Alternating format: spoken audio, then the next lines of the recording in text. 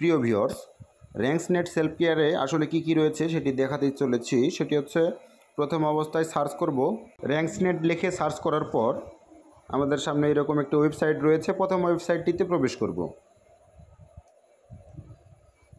আপনি মোবাইল থেকে চাইলেও এইভাবে করতে পারেন, একই সাথে ডেস্কটপ সাইট থেকেও করতে পারেন। আমি এই যে র্যাঙ্কসনেটের পাশে 3 ডট আইকন এইখানে ক্লিক করলাম। এইখানে দেখাচ্ছে এই যে সেলফ কেয়ার। তো সেলফ কেয়ার ক্লিক করলেও কাজ হবে। এইখানে যদি আমি মনে করি যে মোবাইলটাকে ডেস্কটপ সাইডে দেখাতে চলেছি, তাহলে এখানে দেখুন সেলফ কেয়ার নামে একটি বাটন রয়েছে। জুম ইন করে দেখাচ্ছি। সেলফ কেয়ার, আমরা সেলফ কেয়ারে ক্লিক করলাম।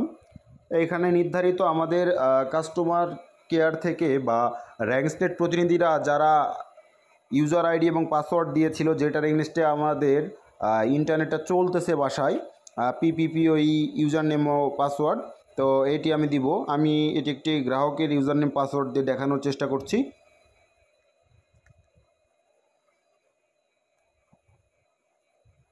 ওকে, এরপরে পাসওয়ার্ডটি দিয়ে আমি আসলে দেখানোর চেষ্টা করছি। প্রত্যেকটা গ্রাহকের ইউজার নেম আর পাসওয়ার্ড ভিন্ন ভিন্ন হয়ে থাকে। তো এটি প্রথম অবস্থায় আমাদের ড্যাশবোর্ডে নিয়ে আসছে।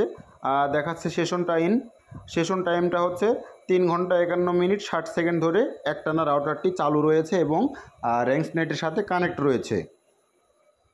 আর এখানে টোটাল আপলোড হয়েছে 135 MB ইন্টারনেট আপলোড করেছে, আর ডাউনলোড করেছে 3159। তার মানে হচ্ছে 3 GB 159 MB ব্যবহার করেছে।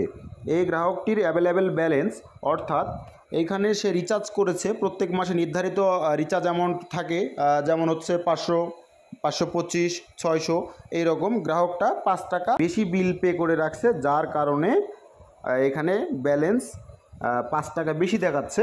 ও সামনের মাসে যখন উনি রিচার্জ করবে এই মতো অবস্থায় ওনার থেকে 5 টাকা কম দিলেই উনি হচ্ছে ওনার লাইনটা চালু হয়ে যাবে। যেমন ধরেন যে 500 টাকা বিল রয়েছে, 500 টাকায় আপনি জাস্ট 495 টাকা পে করলে আপনার লাইনটি অটোমেটিকলি চালু হয়ে যাবে।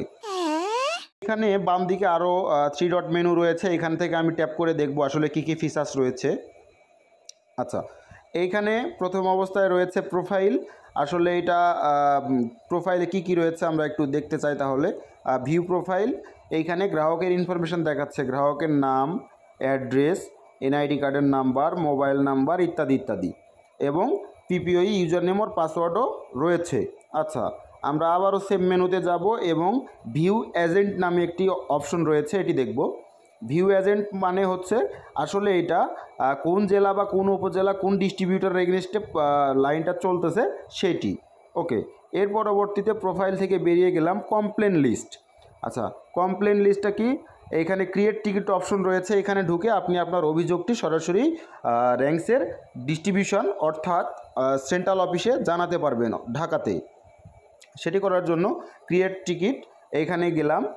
এরপরে কি ধরনের সমস্যা হচ্ছে সেটি আমাকে চুজ করতে হবে। তো আসলে আপনার কি ধরনের সমস্যা হচ্ছে, তো আমি এখানে একটি দিয়ে দিলাম স্পিড স্লো বা স্লো নেট স্পিড এরকম কিছু।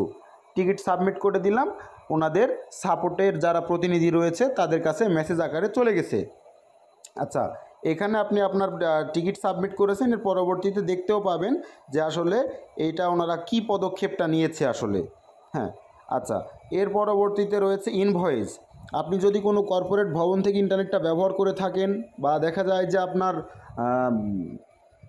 কোনো একটা অফিসে আপনি ইন্টারনেট ব্যবহার করতেছেন, আপনার প্রতিনিধি রয়েছে, তাদেরকে আপনার এইটার ইনভয়েসটা দেখাতে হবে যে আপনি সেটার বিল পরিশোধ করতেছেন, কোন কোম্পানিকে কয় টাকা পরিশোধ করতেছেন। আর এইটার ইনভয়েস এখান থেকে আপনি ডাউনলোড করে প্রিন্ট আউট করতেও পারবেন। আচ্ছা, এর পরবর্তীতে পেমেন্টের এখানে রয়েছে পেমেন্ট হিস্ট্রি, পেমেন্ট ফান্ড। আমি কি পেমেন্ট করেছি, কখন, এইটার হিস্ট্রি, কয় মাস ধরে পেমেন্ট করতেছি, আর এখানে পেমেন্ট ফান্ড আমার এইখানে এই মুহূর্তে কি ফান্ড ঢুকেছে বা কয় টাকা ব্যালেন্স অ্যাভেলেবল রয়েছে এরকম কোনো কিছু তথ্য আর কি। কতবার কয় টাকা রিচার্জ করা হয়েছে, কি করা হয়েছে এরকম কিছু। তো এই টোটাল ফিচার্স এই র্যাঙ্কসনেটের উপর ট্যাপ করলে আবারও হচ্ছে আমাকে মেন ড্যাশবোর্ডে নিয়ে আসবে। আমাদের চ্যানেলটিকে অবশ্যই সাবস্ক্রাইব করবেন এবং লাইক কমেন্ট শেয়ার করবেন। পরবর্তী নতুন ভিডিও নিয়ে আবারও দেখা হচ্ছে। ধন্যবাদ।